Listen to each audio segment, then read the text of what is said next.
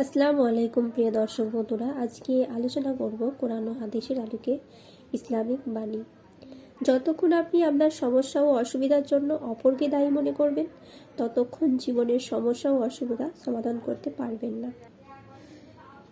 জীবনে ভালো করতে চাইলে অন্য লোকেরা কি ভাবছে তা নিয়ে চিন্তা করবেন। জীবনের চাহিদা যত কম, জীবনে তোমার সুখী হওয়ার সম্ভাবনা তত বেশি। যখন আমাদের মন ঘৃণা, স্বার্থপরতা, হিংসা এবং ক্রোধ দ্বারা মেঘলা হয়ে থাকে, তখন আমরা কেবল নিয়ন্ত্রণেই নয়, আমাদের বিশ্বাস শক্তি হারিয়ে ফেলি। যে চেষ্টা করে সে কখনো হেরে যায় না, তাই কখনো হাল ছেড়ে দিও না।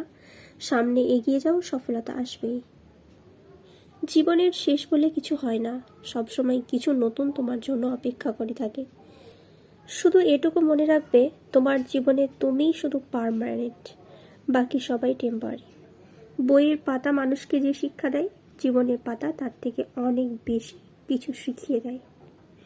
মহৎ ও সৎ লোকদের সমালোচনা করা অনেক সহজ, কিন্তু তাদের মতো হওয়া অনেক কঠিন। হিজাব বলে, আমি তোমার বড় বোনের মতো, তুমি আমাকে মনে করতে পারো সবচেয়ে ভালো বান্ধবী। অন্যের জীবনে নিজেকে খোঁজা বন্ধ করো, নিজের জীবনে নিজেকে আরও উঁচুতে নিয়ে যাও।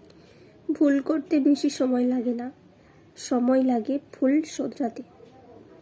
রাসূলুল্লাহ সাল্লাল্লাহু আলাইহি সাল্লাম বলেন, যে ব্যক্তি সত্য অন্তর নিয়ে আল্লাহর নিকট শাহাদাত প্রার্থনা করবে, তাকে আল্লাহ তাআলা শহীদের মর্যাদায় পৌঁছাবেন, যদিও তার মৃত্যু বিছানায় হয়।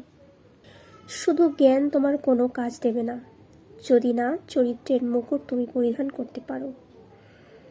চুপ থাকতে শিখুন, ধৈর্য ধারণ করতে শিখুন। ধৈর্য আপনার অন্তরকে শক্তিশালী করবে। সুবহানাল্লাহ।